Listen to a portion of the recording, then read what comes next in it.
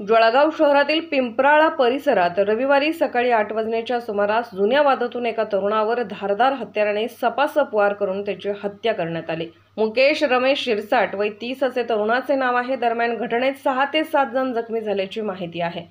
घटनास्थळी आणि जिल्हा रुग्णालयात पोलिसांनी धाव घेतली असून संशयिताचा शोध सुरू आहे। या घटनेमुळे परिसरात खळबळ उडाली आहे, तर जखमी झालेल्या 7 जणांना जिल्हा शासकीय वैद्यकीय महाविद्यालयात उपचारासाठी दाखल करण्यात आले आहे। मिळालेल्या माहितीनुसार जळगाव शहरातील पिंपराळा हुडको परिसरात राहणाऱ्या मुकेश रमेश शिरसाट या तरुणाचा काही महिन्यांपूर्वी परिसरातील तरुणांशी वाद झाला होता। जुन्या वादातून शनिवारी रात्री दोघांमध्ये पुन्हा बाचाबाची झाली होती।